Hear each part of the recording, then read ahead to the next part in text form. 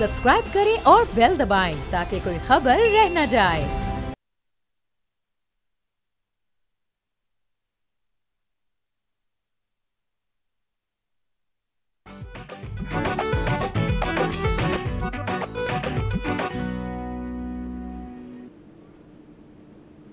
अस्सलाम वालेकुम, बोलो जनाब में बहुत बहुत खुश आमदीद। मैं हूं असद निज़ामी, मेरे साथ हैं अली आफ्ताब। सर क्या हाल हैं? सर हाल बहुत अच्छे भी हैं और बहुत सोचने पर भी मैं मजबूर हूँ।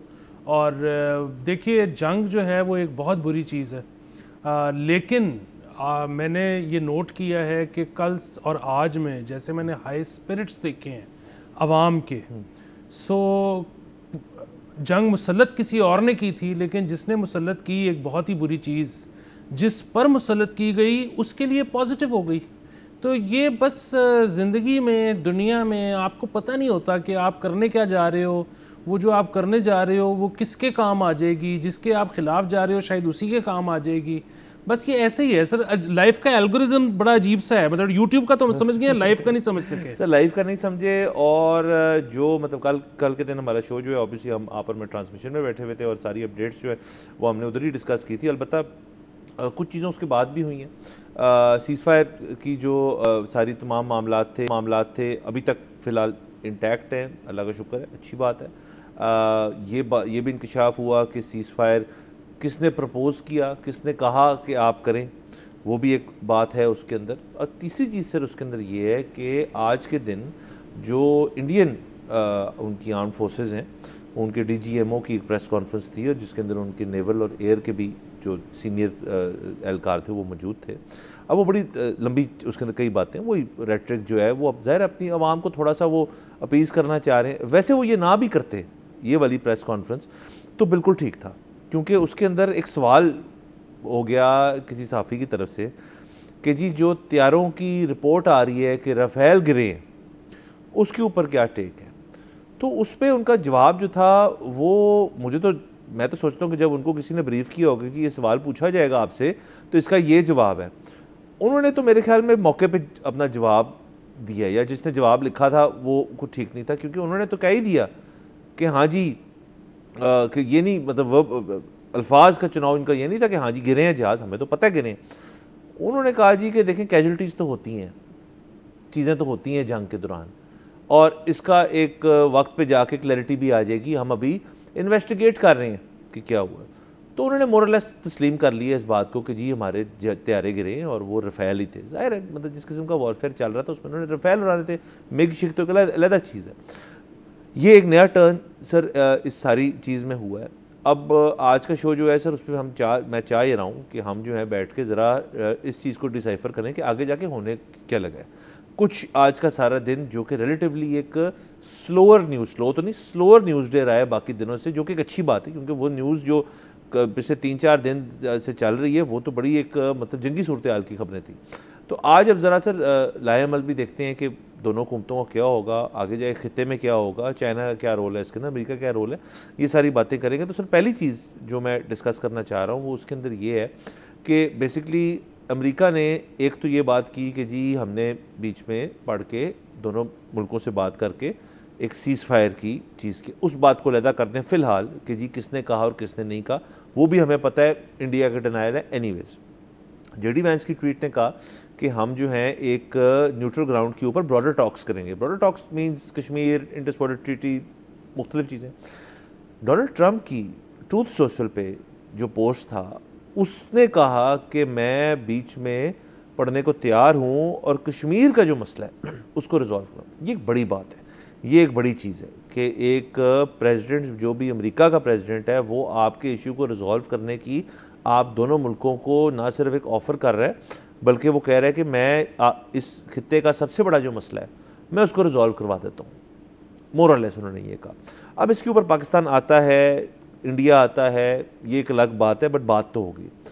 आया अब वो जो न्यूट्रल ग्राउंड पे ब्रॉडर टॉक्स होनी है, पाकिस्तान आई एम अज्यूमिंग एक हद तक राज़ी होगा कि जी बिल्कुल ठीक है।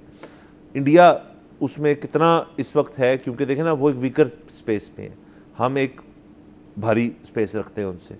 तो अब ये तमाम तर चीज़ें जो हैं आने वाले दिनों में अनरेवल होंगी, जो आफ्टर इफ़ेक्ट्स होते हैं एक बैटल के वो बड़े संगीन होते हैं, उनके अंदर बड़ी चीज़ें होती हैं, पूरा रीजन को अफेक्ट करती हैं।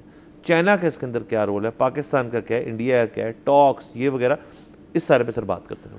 बिल्कुल, देखें बात ये है कि वो जो 4 दिन मतलब 7 तारीख से 10 तारीख तक 3 दिन जो जंग चली, उसमें हमने देखा कि DGI बार बार TV पर आ रहे थे, एक रात में 3 दफ़ा भी आए हैं।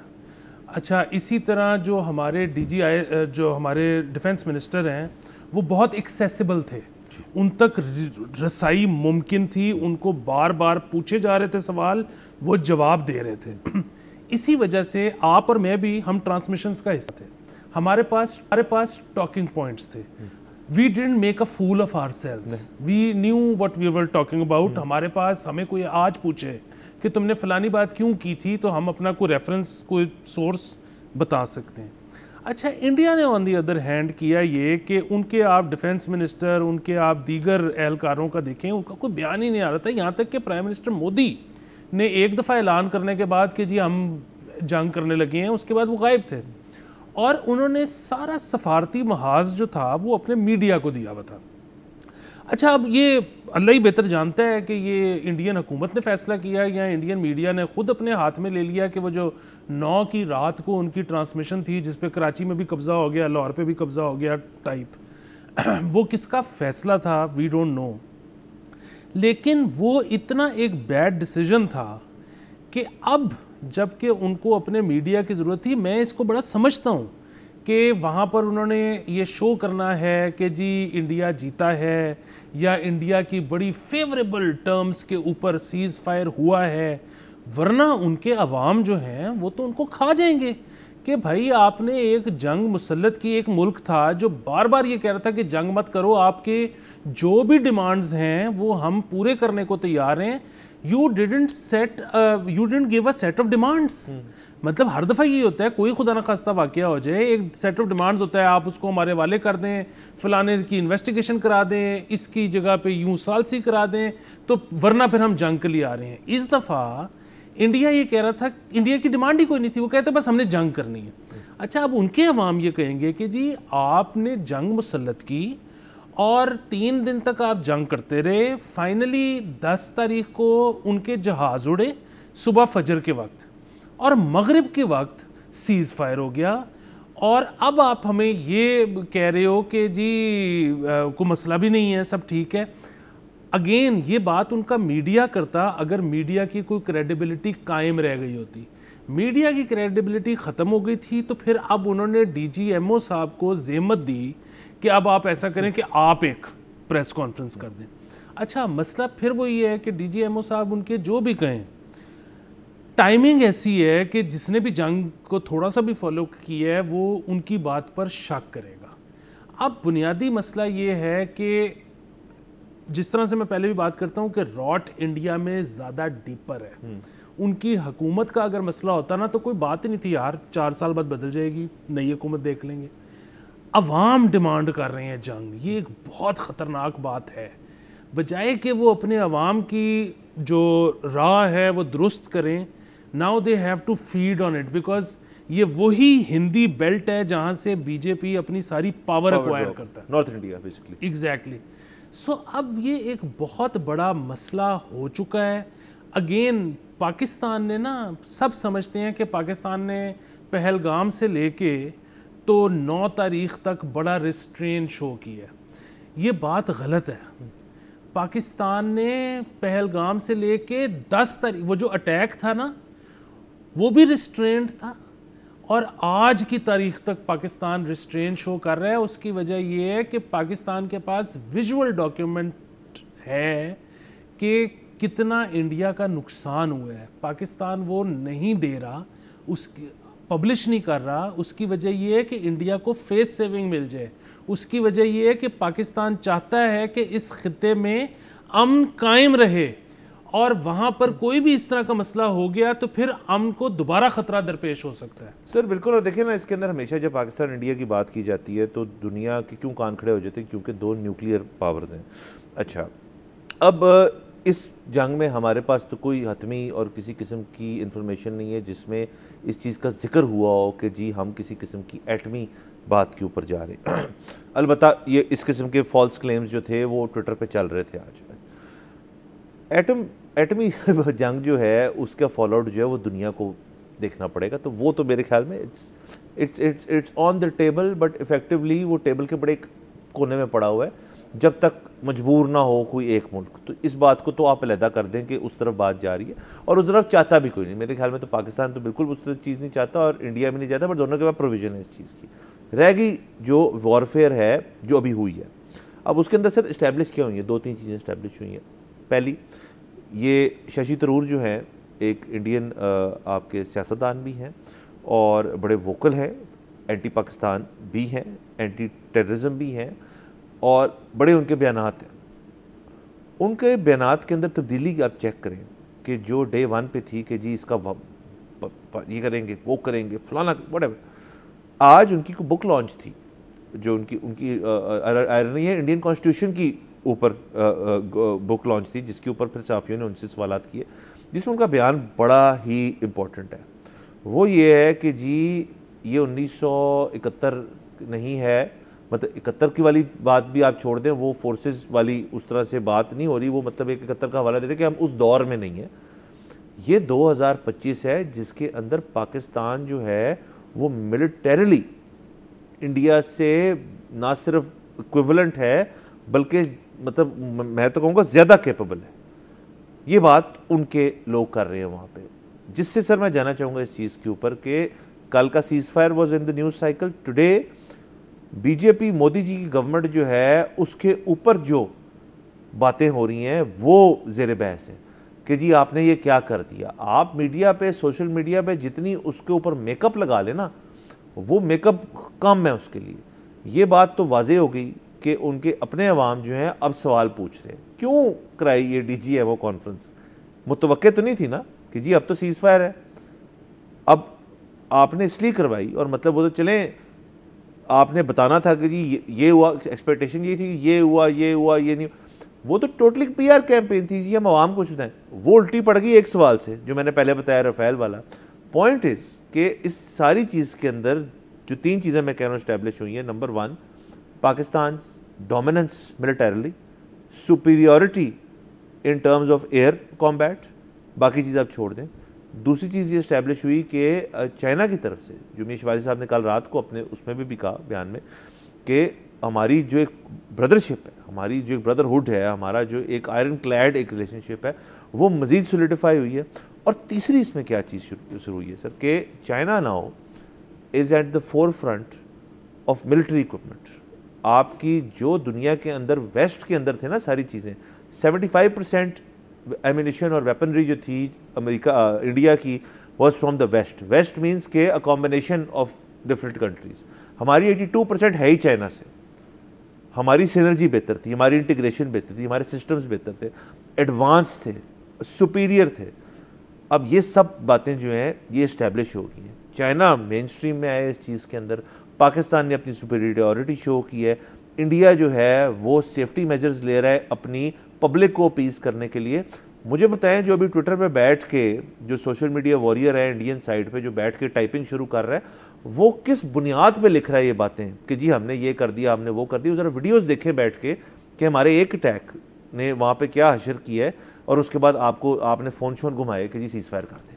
जी बुनियादी बात यही है कि एक तो जो आयरन ब्रदर कहा जाता है, आयरन ब्रदर, और आयरन ब्रदर की जो इस्तिलाह है ना, वो इस्तिलाह चाइनीज़ डिक्शनरी में नहीं एग्जिस्ट करती। वो बनाई ही गई थी पाकिस्तान के लिए, और उन्होंने हर मौके पे साबित की है कि वो दिल से हमें भाई समझते हैं। एक तो उनका जितना शुक्रिया अदा किया जाए वो कम है। दूसरी चीज़ ये कि जो आपने कहा कि वो किस तरह से उधर के जो वॉर जिंग्विस्ट हैं वो अभी तक कैंपेन कर रहे हैं, मेरा ये ख्याल है कि बड़ी अच्छी बात है वो कर रहे हैं। What ever makes them sleep better at night, ये बड़ी अच्छी बात है। उसकी वजह ये है कि वो मज़ीद वहाँ पे हल्लाशेरी देंगे, मज़ीद जो है वो हवा बनेगी जंग की। सीज़ फायर बेहतर है, टाइमिंग ने प्रूव किया है।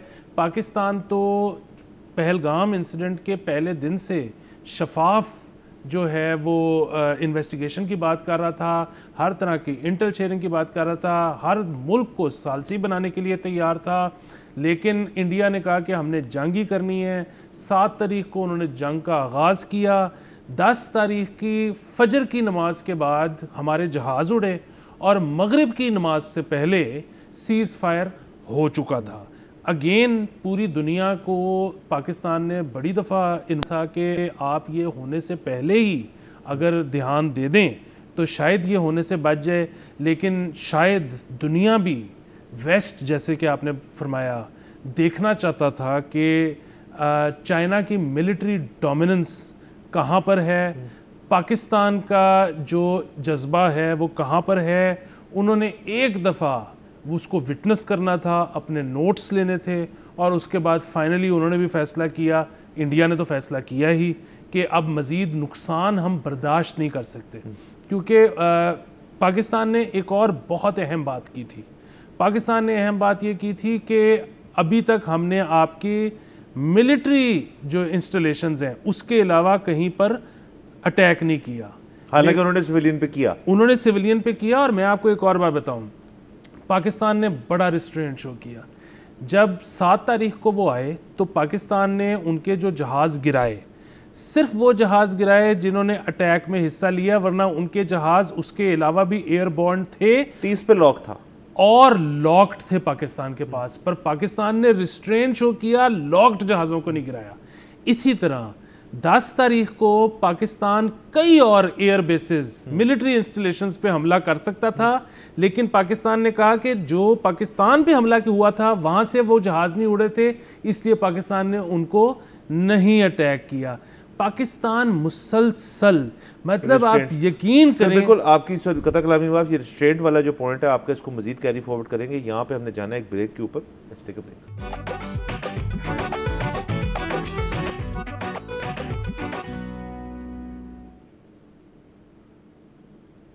Welcome back from the break. आप देख रहे हैं बोलो जनाब। सर, आप पाकिस्तान और इंडिया के सारे जो मसले मसाइल हैं उनके ऊपर बात कर रहे थे, एक रिस्ट्रेंट का आप पॉइंट मेक करते, प्लीज़ कैरी करें। जी बिल्कुल। तो रिस्ट्रेंट जो है ना वो आज तक कायम है कि हमने जितना उनको नुकसान पहुंचाया है हम खुद नहीं बता रहे, लेकिन इसका मतलब ये भी नहीं है, हम तो इसलिए नहीं बता रहे कि अभी पीस कायम रहे। इसका मतलब ये नहीं है कि वो कभी सामने नहीं आएगा। उनकी अपनी ऑपोजिशन, अभी आप देखें कि आहिस्ता आहिस्ता वो उनसे सवाल पूछना शुरू करेगी। वो उनसे पूछेगी कि जहाज़ कितने गिरे, वो उनसे पूछेगी कि हमारी मिलिट्री बेसिस को कितना नुकसान पहुंचा, वो उनसे पूछेगी कि इस सारे में बिजनेस का लॉस कितना हुआ, क्योंकि जंग शुरू ही उन्होंने की थी। और मेरा ये ख्याल है कि वो शायद सवालों का सफ़र तो आज शुरू हो जाए, वो अभी पीक कुछ अरसे बाद पकड़ेगा, क्योंकि जैसे जैसे इलेक्शंस करीब आएंगे तो ये सवाल मज़ीद गहरा होता जाएगा। यहाँ अगर वहाँ पर कोई उन्होंने सोच लिया कि मिड टर्म में कोई तब्दीली लानी है तो वो उस हिसाब से उसको गेज करेंगे और इसी से पता लगेगा उनके अपने अवाम को भी कि हुआ क्या है। वरना अगेन उनके मीडिया के मुताबिक तो वो जीते हुए हैं। सो उनके जीते हुए इसका पॉलिटिकल फॉलो डेफिनेटली आएगा। बीजेपी देखें, इस दफ़ा की जो बीजेपी है वो अपनी एक क्लियर और सिंपल किस्म की मेजॉरिटी के साथ तो बैठी नहीं है, कोalition के अंदर आए हैं वो। अब कोalition पार्टनर्स जो हैं, आपको पता है यहाँ पे हमने ये चीज़ बड़ी दफ़ा देखी है कि वो हैं, कुछ दिन है आपके साथ, फिर शायद नहीं है, कुछ दिन हमेशा कंधे के पीछे देखना पड़ता है और मोहन पीपल्स पार्टी को देखना पड़ता है। बट वहाँ पे सिचुएशन ये कि अब अगर जो उनकी कोalition गवर्नमेंट है, बहुत उनका अच्छा इत्तेहाद होगा, लेकिन अगर फ़र्ज़ करें कांग्रेस जो है वो ज़्यादा सवाल पूछना शुरू कर देती है, कोई पीछे से बैक चैनल टॉक शुरू हो जाती हैं कि भाई this is not correct for the greater vision of India, फ़र्ज़ करें। और राहुल गांधी साहब जो आपको पता है वो तो मतलब बचपन से लेके अब तक तैयारी ही इस मौके के लिए कर रहे थे कि वो प्राइम मिनिस्टर बने।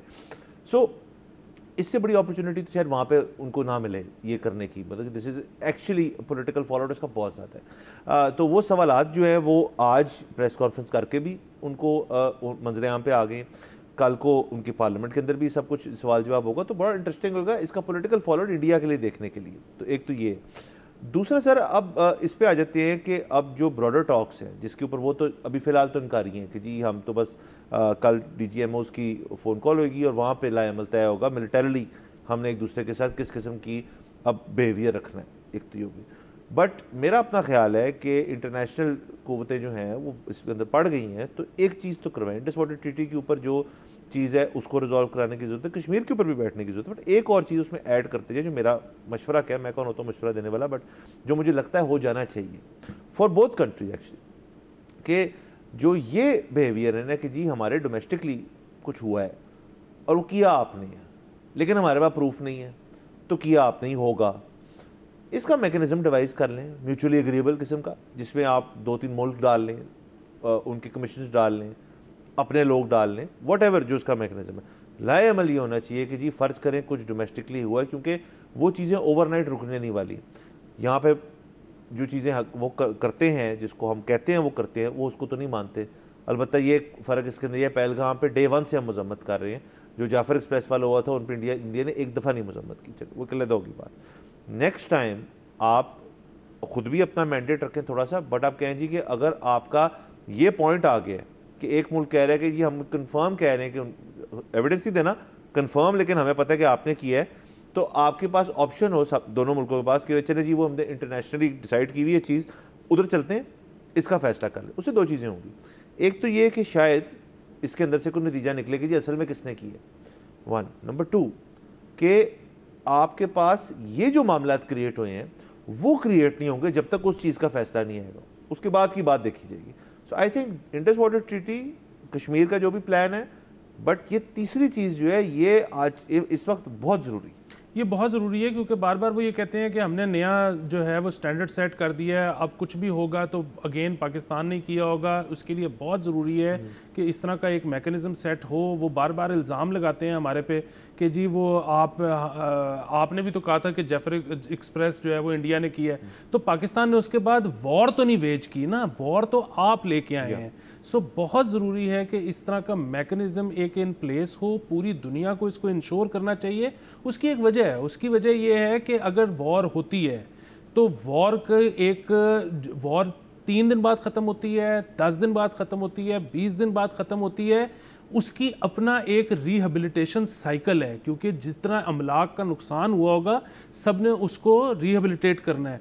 दूसरी तरफ अगर एक वॉर ख़त्म ही नहीं हो रही तो दोनों न्यूक्लियर कंट्रीज़ हैं, और अगर खुदा ना खास्ता इस जगह पर न्यूक्लियर आर्म्स फायर हो जाते हैं तो पाकिस्तान और इंडिया का तो जो भी बनेगा उसकी वजह से जो पूरे ग्लोब का जो एक टेम्परेचर राइज होगा, पता नहीं अमेरिका में भी फसल उसके बाद उगेगी कि नहीं उगेगी।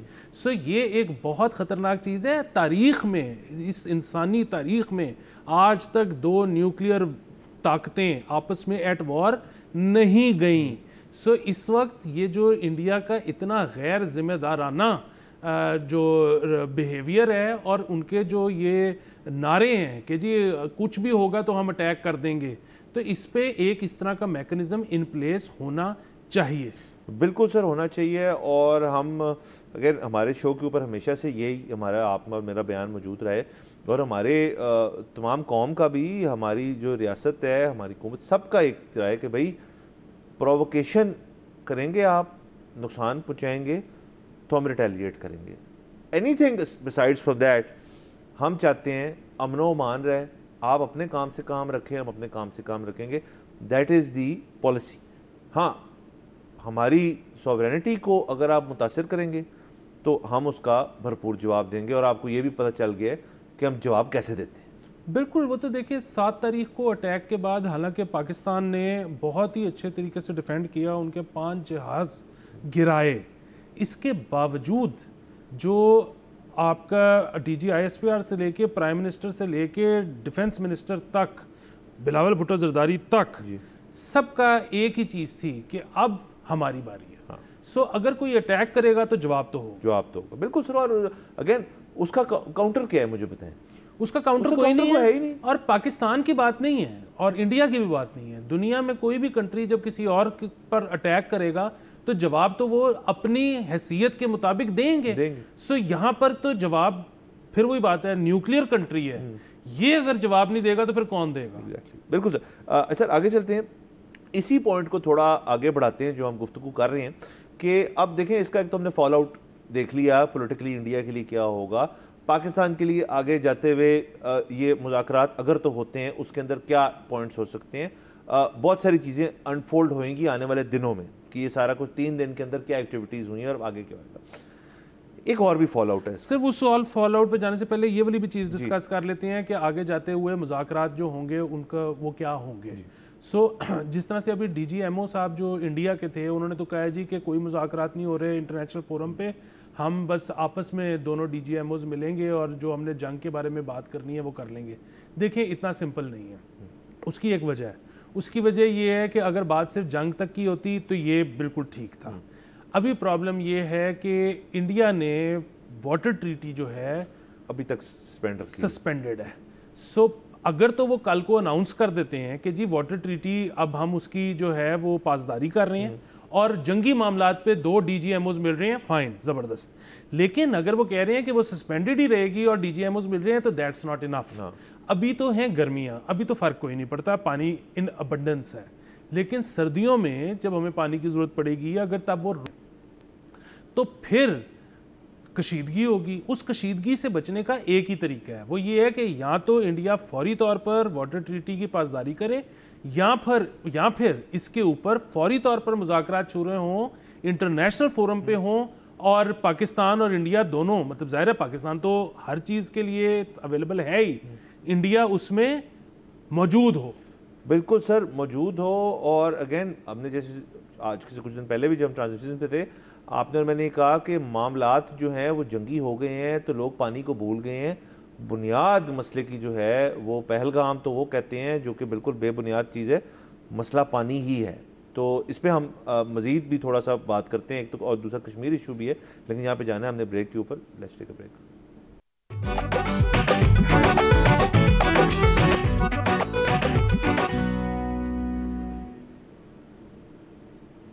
Welcome back from the break. आप देख रहे हैं बोलो जनाब। सर, ब्रेक से पहले हम यही डिस्कस कर रहे थे कि अब आगे क्या होगा। डिस्कशंस जो हैं वो एक न्यूट्रल वेन्यू पे ब्रॉडर टॉक्स जो हैं उसके अंदर हमने पानी की तो बात कर ली कि पानी वाला मसला जो है वो ही मेरे ख्याल में सबसे बड़ा मसला बनेगा। इंडिया का अपना एक मौक़िफ़ है इसके ऊपर, इंडिया का अपना मौक़िफ़ है इन ट्वीट्स पे जिनके ज़रिए कहा जा रहा है कि इंटरनेशनल टॉक्स होंगी। अलबत्ता एक कश्मीर इशू भी है ऑब्वियसली। अब कश्मीर इशू जो है उसके बारे में क्या करना है, ये इतनी कॉम्प्लेक्स चीज़ है, मेरे ख्याल में हम बैठ के यहाँ पे 10 शोज़ भी कर लें तो उसकी कॉम्प्लेक्सिटी ही नहीं डिस्क्राइब कर पाएंगे। लेट लोन आप और मैं कौन होते हैं वैसे, लेकिन आप और मैं बैठ के गए जी ये कर लें आप। लेकिन उसका सर एक सीधी सादी चीज़ ये है कि या तो आप वहाँ पे ऐसे इकदाम लें जिसके तहत आपकी दोनों गवर्नमेंट्स की अंडरस्टैंडिंग हो कि जी ये एरिया जो है ये यूनिक बन चुका है बहुत, मतलब इन ओवर 70, 78, 80 ईयर्स जो भी है, इसकी जो अब सिचुएशन है उसके अंदर से हमने बेस्ट पॉसिबल सोल्यूशन क्या निकालनी है ताकि यहाँ पे मसले मसाइल कम हो, उस जगह के जो अवाम है उनको अब सुकून मिले। इंडिया ने तो वहाँ पे जो चीज़ की है वो तो बेसिकली कब्ज़ा कर रहे हैं ना जाके वहाँ पे, उसको कैसे रिविजिट करेंगे वो तो मुझे नहीं पता क्या है। बीजेपी के बगैर कश्मीर का इशू रिजॉल्व हो सकता है, ये भी एक बहुत बड़ा सवाल है। सो ये इतना कॉम्प्लेक्स है कि इसको जो 90s के बाद थोड़ी पॉलिसी थी कि जी थोड़ा इसको बैक बर्नर पर रख के बाकी इश्यूज़ पे कंसंट्रेट करें, आया वहाँ बात जा रही है। अगेन इसके ऊपर मैं कोई वो बात नहीं दे सकता, लेकिन ये बात ज़ेर बहस होगी ज़रूर। जी ज़रूर होगी, ख़ास तौर पे ट्रंप साहब क्योंकि अब इंटरेस्टेड हैं इसको करने में तो इसलिए भी होगी। फिर तीसरी चीज़ ये है कि सर इसमें ना बहुत दफ़ा हम बहुत सेटलमेंट के करीब पहुंच चुके हैं, लेकिन फिर उसके बाद कुछ ना कुछ हो चुका है। मतलब नासिर जंजुआ साहब के वाले दौर में भी हम इसके बहुत करीब पहुंच चुके थे और इसमें बहुत सारे इंस्टेंसेस आए हैं जब हम बहुत करीब थे इसके हल के, क्योंकि जैसे आपने फरमाया चाहिए तो इसके लिए क्रिएटिव सोल्यूशन ही, क्योंकि मतलब बहुत कोई कॉन्क्रीट, बहुत कोई ब्लैक एंड वाइट चीज़ नहीं हो सकती। इसमें सबको कुछ थोड़ा बहुत गिव एंड टेक, थोड़ा सा जो है ना वो लूज़ करना पड़ेगा, थोड़ा सा गेन करना पड़ेगा, ये इस तरह से इसका एक सोल्यूशन निकलेगा। लेकिन सोल्यूशन हर चीज़ का है, दुनिया में कोई ऐसी चीज़ नहीं है जो हल ना हो सके, और एक दफ़ा अगर ये हल हो जाती है so it will be one less thing on the table.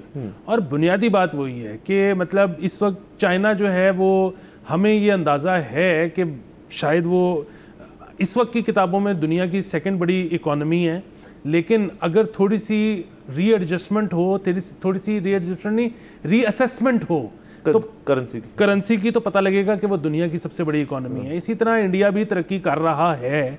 सो बुनियादी तौर पे खित्ता जो है वो ये अब अमारत की तरफ जा रहा है। वो सारा पैसा वेस्ट से अब इस तरफ आना शुरू हो गया है। यहाँ पर सब तरक्की कर सकते हैं, यहाँ पर सब बड़ा अच्छा अपना लाइफस्टाइल कर सकते हैं। अगर ये जो जंगी जो कुछ लोग जुनून में मुब्तला हैं, ये जो एक ख़ास इंडिया की बेल्ट है, हिंदी बेल्ट, इनको जो बहुत ज़्यादा शौक़ है कि हम कब्ज़ा कर लें किसी पर या हम किसी को अपने ज़ेरे मतहत कर लें, अगर ये हल हो जाए तो ये पूरा का पूरा ख़ित्ता आप देखेंगे कि जिस तरह हम जब से पैदा हुए हैं हम वेस्ट को सोचते हैं कि ये एक आइडियल सोसाइटी है, जिस तरह हम यूरोप के बारे में सोचते हैं कि यार ये किस तरह इतने पीसफुली सारे इकट्ठे कोएग्जिस्ट कर रहे हैं, उनके दरमियान भी कई जंगें हो चुकी हैं। ये सारा कुछ यहाँ पे हो सकता है अगर ये कुछ चीज़ें जो ऑन टेबल हैं इनको हम सोल्यूशन। बिल्कुल सर, इनको सोल्यूशन की तरफ लेके जाएं। अगेन ये वक्त ही बताएगा, इसमें ऑप्टिमिज्म जो है रखना वो भी ज़रूरी है, लेकिन ऑप्टिमिस्टिक इतना इंसान हो भी नहीं सकता क्योंकि जो मुखालिफ मुल्क है, जो उसकी तरफ मुल्क है, सॉरी, जो जिनसे आपने बैठ के बात करनी है उनका टेम्परमेंट जो है वो एक और तरफ ही किया है। सर एक और चीज़ कर लेते हैं जल्दी से डिस्कस सर कि इसका फॉलो आउट जो है इंडिया का जो मीडिया है उसने जो चीज़ की है वो तो की है, उसका तो हमने डिस्कस कर लिया फॉलो आउट के जी, वो उनकी आवाम पे ही हुआ और उनकी हुकूमत पे ही हुआ, वो तो उनको खुद को खानी पड़ गई। अलबत्ता ये जो सोशल मीडिया है और इसके ऊपर तमाम तर जो चीज़ें चली हैं, मतलब सर हमारा ट्विटर जो है अब वो खैर से चल रहा है, अभी भी चल रहा है। इन 3-4 दिन पहलगाम से लेके अब तक जितने दिन हो गए हैं उससे आप टोटल इनग्रोस्ड हैं न्यूज़ में। ये इनपुट्स आ रही हैं कि भाई रिफ़्रेश करें, ट्विटर खोलें, इंस्टा, ये वो ख़बरें, ये वो। अब अल्लाह करे मामलात सॉर्ट आउट होएं, बाकी चीज़ों पे लगें, हम वापस करें, ये इनपुट्स आना बंद हो जाएंगी। इस पर कुछ मुझे तो लग रहा है कि सर कि मेरे ऊपर शायद कुछ सहनी इस रहा था कि यार न्यूज़ साइकिल जो है एकदम से इतनी तब्दील हुई, एकदम से वापस आ गई। तो इस भाई ये चीज़ें हो रही हैं जी। बिल्कुल, देखें इंफॉर्मेशन का इन्फ्लक्स जब बढ़ता है ना तो आपका जहन मज़ीद इन्फॉर्मेशन मांगता है, वो उसके लिए एक नया नॉर्मल बन जाता है। अब बात यह है कि जंग ख़त्म हो चुकी है। मैं अभी वार्न कर रहा हूँ पाकिस्तान इंडिया दोनों को कि अब जो फेक न्यूज़ है वो बढ़ जाएगी। वो बढ़ेगी क्यों?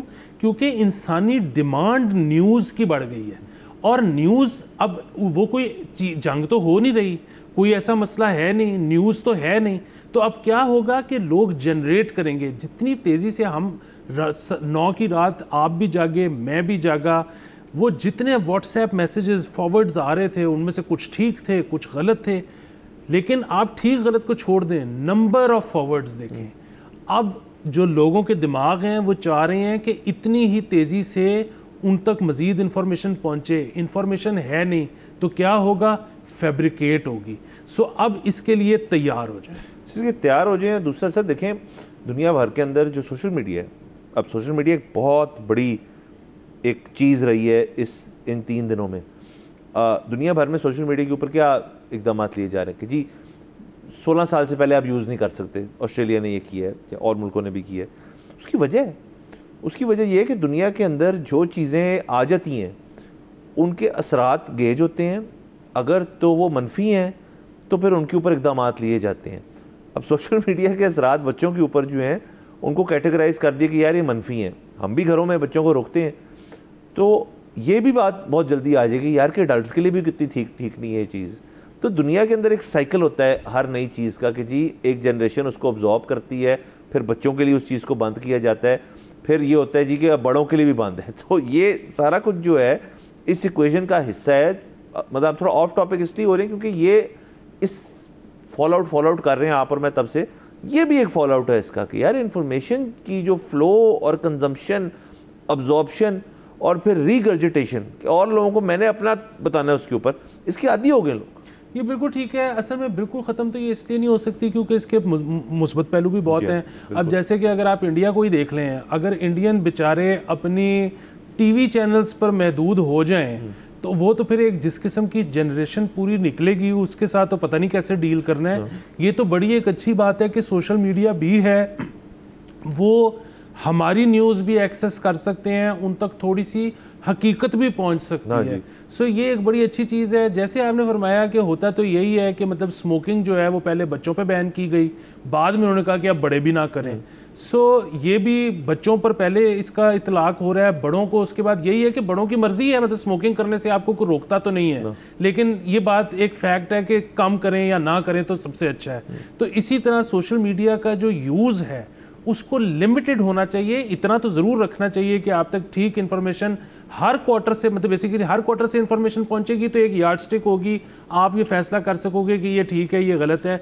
तो इसलिए ना बंद होना तो एक मुख्तलिफ चीज़ है, लेकिन अगर आप इसका यूज़ बढ़ा देंगे तो हो क्या रहा है कि मैं अपने बेगम के साथ टाइम इंजॉय नहीं कर रहा, मैं अपने बच्चे के साथ टाइम इंजॉय नहीं कर रहा, क्योंकि वो मेरे लिए एक और एक दिमाग है। मैं ऐसे ही व्हाट्सएप पे अगर एक ग्रुप खोलता हूँ तो उसमें 50 दिमाग अपनी इनपुट दे रहे हैं, तो वो जो स्टिमुलेशन मुझे मिल रही है वो 2 लोगों से तो नहीं मिल सकती। सो ये इसको महदूद करना इसलिए ज़रूरी है कि अगर आपने इसको महदूद ना किया तो आपको अपने घर पर अपने घर वालों के साथ बैठकर टाइम स्पेंड करना, वही करना, तो एक तरफ वो आपके लिए बहुत ही मुश्किल बन जाएगा। सर बिल्कुल मुश्किल बन जाएगा। और हमारी ये अगेन इन तमाम मामलात में, इस सूरत हाल में यही प्ली है कि आप इंफॉर्मेशन जो है वो जहाँ से भी लें उसको सोर्स लें, और जो चीज़ हक़ाइक़ पे मबनी है, हतमी है, उसके ऊपर अपनी इंफॉर्मेशन ड्रॉ करके फिर किसी और से डिस्कस बेशक करें।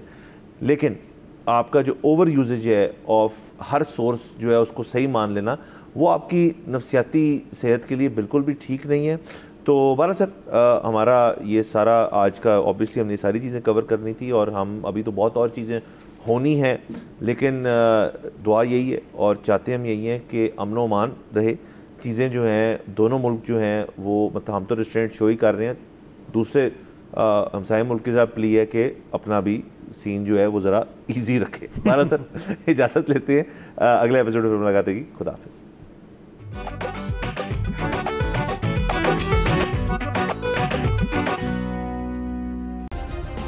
सब्सक्राइब करें और बेल दबाएं ताकि कोई खबर रह न जाए।